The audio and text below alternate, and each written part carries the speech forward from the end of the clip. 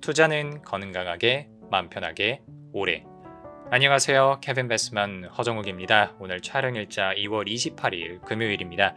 아마 이 영상이 올라가는 거는 내일 29일이 될 것 같은데요. 오늘 제가 아마 미국 시장 폭락과 관련된 영상을 찍어서 바로 올려드렸을 거예요. 근데 그걸 제가 이제 오후에 찍었는데 밤에 오늘 올라왔던 공시들을 좀 보다 보니까 실리콘2라는 회사에서 좀 좋게 말하면 되게 신기한, 그리고 약간 나쁘게 말하면 좀 이해가 되지 않는 그런 공시를 냈길래 여러분들과 함께 공유하고 스터디하고 이야기 나눠보고 싶어서 영상을 찍게 되었습니다. 바로 화면으로 한번 가시죠. 네, 지금 공시 보시면 주권 관련 사채권의 취득 결정 이렇게 나와 있고요. 어떤 사채권이냐라고 보니까 전환사채권 1차, 2차를 인수한다고 합니다. 그럼 어떤 회사가 발행하는 전환사채냐? 라고 보니까 주식회사 반란, 여러분들 명품 플랫폼, 우리나라의 세계 명품 플랫폼 회사들이 있습니다. 머스티, 트렌비, 반란 이런 회사들이 있는데 그 중에서 반란이 발행하는 전환사채 CB를 산다고 보시면 되겠습니다. 얼마나 사느냐라고 살펴보니까 취득금액 150억 정도 나와 있는데 이게 실리콘2 입장에서도 자기 자본이 1363억인 거를 감안을 하게 되면 자기 자본에 대비해서 11%니까 결코 작지만은 않은 그런 상당한 규모의 투자가 이루어진다고 보시면 되겠습니다. 그럼 도대체 실리콘2가 반란의 전환사채를 왜 인수하느냐라고 보면 밑에 취득 목적이 너무 뻔하게 나와 있죠. 안정적인 경영권 행사를 위한 지분 확보 및 전략적 투자 이렇게 나와 있습니다. 그러니까 아예 대놓고 실리콘2는 장기적으로 반란을 인수하려는 그런 생각을 가지고 있다라고 보시면 되겠습니다. 그 밑에 살짝 내려가시면 조금 재밌는 내용들이 나옵니다. 여기 반괄호 4번을 보시면 전체 금액 150억을 한 번에 넣는다는 얘기가 아닙니다. 지금 1차랑 2차로 나눠서 투자한다고 이야기가 나오고 있고요. 1차는 75억 원을 한 번에 꽂는다고 나와 있습니다. 지금 이 75억 원을 잘 기억을 하셔야 됩니다. 뒤에 75억 원이 굉장히 중요하게 나올 것이기 때문에. 그리고 2차 투자 같은 경우에는 조금 어렵긴 한데 여기 지금 뭐 2025년 11월 1일부터 26년 5월 1일까지 기간 동안 다음 두 가지 조건이 충족될 때 2차 투자 75억을 하겠다라고 나와 있고요.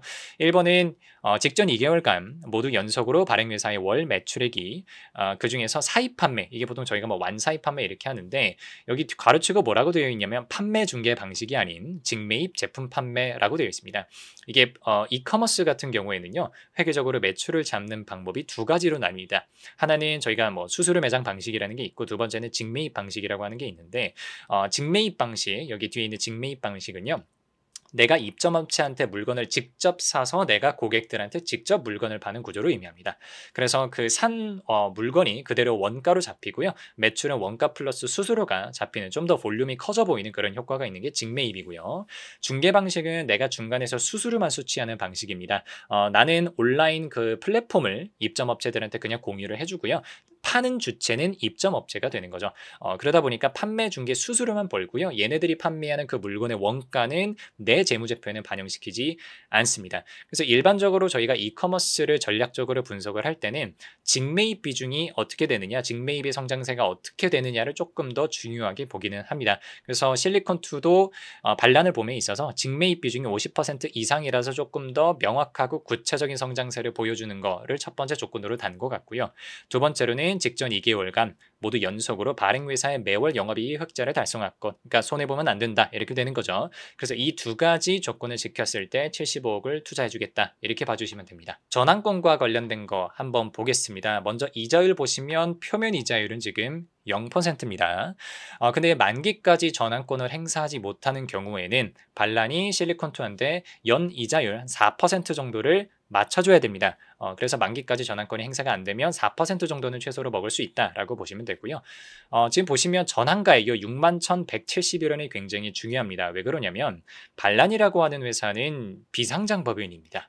상장 회사가 아니에요. 그래서 우리가 공개 시장에서 형성된 주가가 없잖아요. 그래서 일반적으로는 뭐 상장 회사들 같은 경우는 전환가액이 뭐 상장 시장에서의 주가를 기준으로 결정이 되는데 얘는 비상장 법인이라서 뭐 밸류에이션을 하거나 아니면 그냥 협상을 통해서 하는 경우가 많아요. 그러다 보니까 이 61,000원이라고 하는 전환가액이 때때로는 기업의 본질적인 가치에 비해서는 어느 정도 왜곡이 있을 수 있다라는 점을 여러분들이 꼭 가져가시면 좋겠습니다. 전환 청구는 언제부터 할 수 있냐면 지금으로부터 1년 뒤 26년 2006년도부터 할 수가 있습니다. 그리고 굉장히 특이한 조항이 하나가 있었어요. 인수인의 콜옵션이라고 하는 게 있는데요. 여기서 말씀드리는 인수인은 실리콘투를 의미를 하고요. 이해관계인은 별도로 정의가 안 나와 있기는 한데 지금 맥락상 읽어보니까 기존 반란의 주주들인 것 같습니다. 그래서 이 콜옵션이라고 하는 거는 매수할 수 있는 권리인데 여기 빨간색 박스 한번 보세요. 어떤 콜옵션이냐면 인수인, 그러니까 실리콘투가 보유하는 발행회사 주식의 지분율이 50% 플러스 한 주가 되는 한도로 콜옵션을 행사할 수가 있어요. 그러니까 50% 플러스 한 주를 가지고 있으면 기업의 경영권을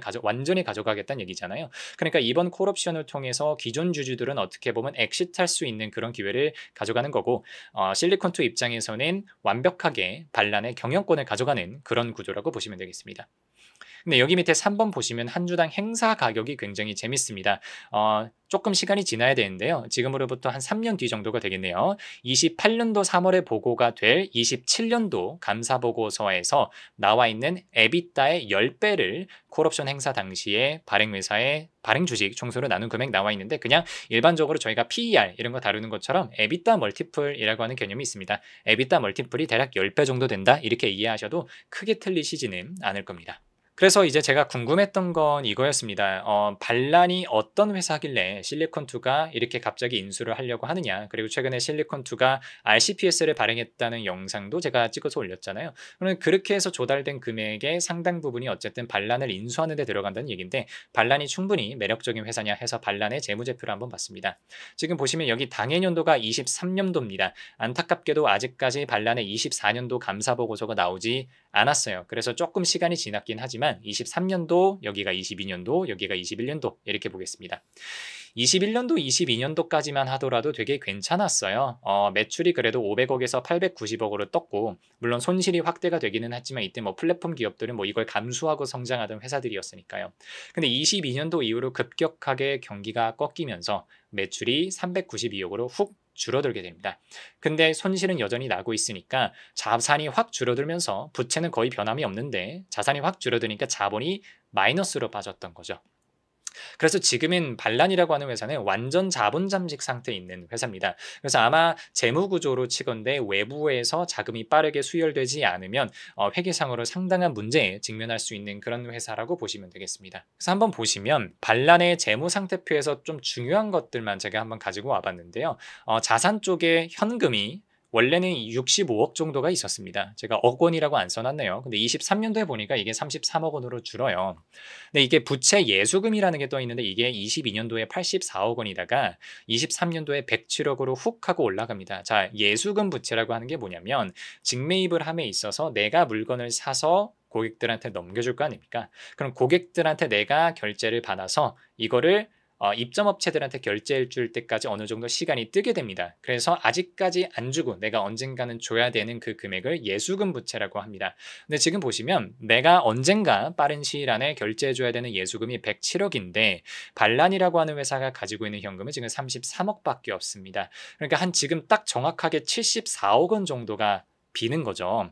근데 앞에서 정말 소름 돋는 게 뭐였냐면 실리콘투가 전환사채 1차적으로 투자해주는 금액이 75억입니다. 그러니까 75억의 현금이 확 들어오게 되면 이 상태에서 바로, 물론 23년도 숫자기는 합니다만 이 상태에서 바로 예수금 문제를 해결할 수 있다는 그런 장점이 있습니다. 그래서 어떻게 보면 실리콘투가 반란의 현재 굉장히 조금 급박하게 처해 있는 유동성 문제를 풀어주기 위해서 들어오는 그런 구조가 됐다, 이렇게 이해해 주셔도 될 것 같아요.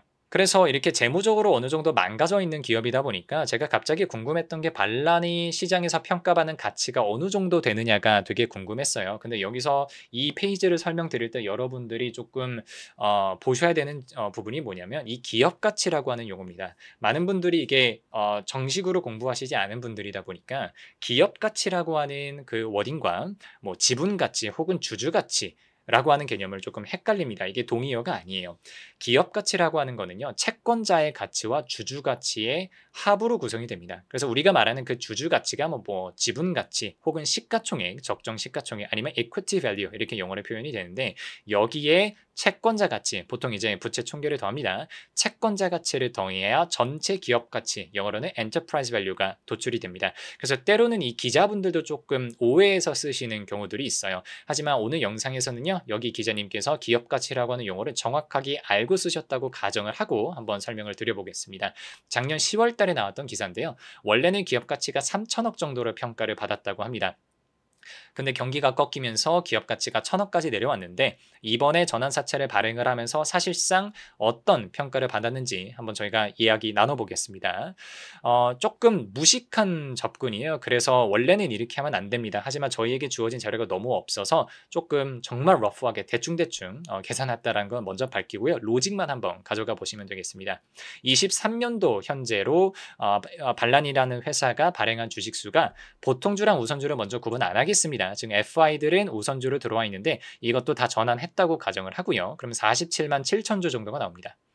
근데 실리콘2가 전환을 통해서 가져가는 주식수는요. 전체 150억을 다 투자했다고 가정을 했을 때 전환가액인 6만 1,100원으로 나눠주면 24만 5천 주가 나옵니다. 이렇게 되면 전체 주식수는 한 72만 주 정도가 되고요. 여기서 이 72만 주에 가장 최근에 평가받은 전환가액인 6만 1,100원을 곱해주면 equity value, 즉 주주 가치는 한 442억 원 정도가 추정이 됩니다. 근데 여기서 저희가 기업 가치를 구하고 싶으니까 채권자 가치, 즉 부채 총계를 더해줘야 되겠죠. 그러면 153억을 그냥 러프하게 더해주면 기업 가치가 한 595억 원 정도가 나옵니다. 그래서 한 600억 정도라고 치면 3천억, 1,000억, 600억 이런 식으로 기업 가치가 계속해서 감소해 왔다라고 여러분들이 이해하실 수 있겠습니다. 다시 한번 강조드리지만 이거 사실은 교수님들 앞에 가서 이렇게 말씀을 드리면 혼납니다. 하지만 정말 주어져 있는 숫자가 없기 때문에 정말 대충 계산한 그런 숫자라는 거 여러분들이 알아주시면 되겠습니다. 그리고 또 하나 실리콘2가 반란을 인수할 때 조금 우려되는 부분이 뭐냐면요. 23년도 기준으로 감사보고서를 열어보시면 반란의 주주 내역들이 나옵니다. 그래서 여기 최영록 창업자 대표께서 37% 최대 주주인데요. 여기 뭐 네이버를 포함해서 굉장히 많은 FI 재무적 투자자들이 들어와 있습니다. 그러다 보니까 지금 실리콘2가 반란을 인수한다고 하더라도 이 모든 주주들을 다 설득하고 커뮤니케이션하고 컨센서스를 이끌어내서 인수를 해야 되다 보니까 아마 절차상으로도 굉장히 힘든 부분이 있지 않을까 이런 생각을 합니다. 그러다 보니까 저는 이런 생각을 했습니다. 지금 재무적으로만 살펴봤을 때는 반란이 굉장히 매력이 없는 조금 망가져가는 회사 같잖아요. 그런데도 불구하고 실리콘2가 왜 굳이 반란을 인수하려 할까를 저는 거꾸로 생각해보는 그런 습관이 있어서 실리콘2 편에 서서 실리콘2가 굳이 왜 반란을 인수하려 할까? 어떤 비즈니스 모델상의 혹은 전략상의 시너지가 가능할까? 이런 걸 좀 생각을 해봤어요. 최근에 찾았던 기사인데요. 작년에 반란이 글로벌 서비스를 시작한다. 그러니까 해외 시장에 진출한다라고 나와 있더라고요. 그런 관점에서 보니까 실리콘2는 역직구 플랫폼을 영위하지 않습니까? 그래서 작년에 굉장히 핫했고요. 그래서 이미 글로벌 시장에서는 되게 광범위한 네트워크를 보유하고 있습니다. 그런 반란이 해외 시장에 진출하는 과정에 있어서는 실리콘2가 가지고 있는 글로벌 네트워크를 좀 레버리지할 수 있다는 그런 장점이 있을 거고요. 두 번째로는 실리콘2는 뷰티를 위주로 하던 회사였고요. 반란은 물론 명품 쪽에 초점을 둔 회사기는 하지만 어쨌든 패션을 다루고 있지 않습니까? 뷰티랑 패션이라고 하는 거는 굉장히 서로 잘 맞습니다. 그래서 이 두 개가 통합이 됐을 때 하나의 법인으로 하나의 어떤 그룹에서 통합이 됐을 때 동일한 고객이 조금 더 다양한 쇼핑 기회를 줄 수 있다. 그래서 크로스 쇼핑을 가능하게 한다. 그런 장점이 있을 것 같습니다. 하지만 그럼에도 불구하고 저는 실리콘2가 반란을 인수하는 게 저는 상당한 실수라고 개인적으로 생각을 하는데요. 제가 예전에 트렌비, 머스트잇, 반란을 다 한 번씩 분석을 해본 적이 있어요. 다른 어떤 학회 강의를 하면서. 근데 그때 저는 온라인 명품 플랫폼들이 가지고 있는 한계가 너무 크다라고 봤거든요. 그래서 그 포인트가 뭐냐면 지금 빨간색 첫 번째 박스, 명품의 주요 고객은 오프라인과 온라인 중 어디를 선택할까 이렇게 되어 있잖아요. 자, 온라인 플랫폼의 보통 타겟 고객은요. 일반적으로 2030 같은 젊은 세대들이에요. 근데 명품은 단위 가격이 굉장히 높기 때문에 이 2030들이 사실 그렇게 많이 살 수가 없습니다. 코로나 때야 돈이 많이 풀렸기 때문에 이들이 소비를 굉장히 많이 했지만 일반적으로 명품의 주요 고객은 연령대가 어느 정도 있는 굉장히 경제적으로는 상류층이 명품을 향유하잖아요. 근데 이 사람들이 오프라인을 선호할까 온라인을 선호할까라고 하면 많은 분들이 그냥 당연히 온라인이 편하니까 온라인으로 가겠지라고 하시는데 굉장히 오해하시는 겁니다.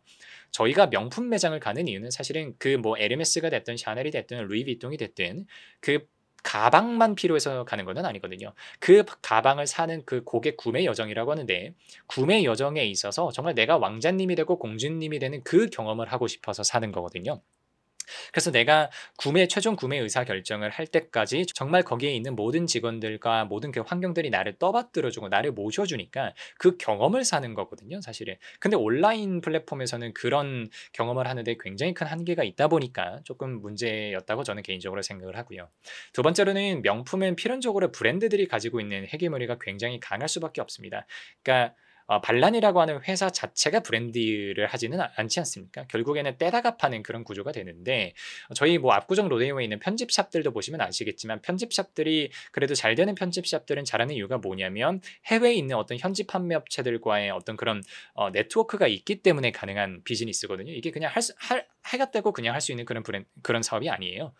그러다 보니까 언젠가는 지금 이 브랜드 업체들이 자신네들의 어떤 스케어시티, 희귀성을, 브랜드 가치를 지켜내기 위해서 그 헤게모니를 조금 갑질을 하게 되는 경우에 명품 플랫폼들이 굉장히 힘든 그런 상황들에 처할 수 있다라는 게 조금 두 번째 한계다 이렇게 생각을 하고, 세 번째로는 명품을 다루는 플랫폼인데 마케팅 비용을 굉장히 많이 태워야 된다는 점이 있습니다. 사실은 명품 플랫폼을 홍보를 한다는 게 되게 웃기거든요. 왜 그러냐면은 그래야 브랜드 희소성이 계속해서 살아있거든요.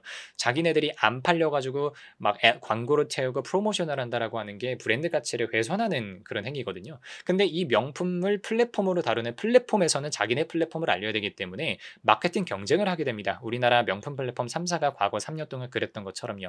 이런 과정이 조금 비즈니스 모델상에서는 어떤 모순으로 작용하게 됩니다. 그래서 개인적으로 이 명품 플랫폼 자체가 어느 정도 성장성이 있느냐, 나중에 돈을 정말 확실하게 벌어다주는 그런 비즈니스냐라고 저한테 질문이 들어왔을 때 저는 보통 부정적인 대답을 하고는 합니다.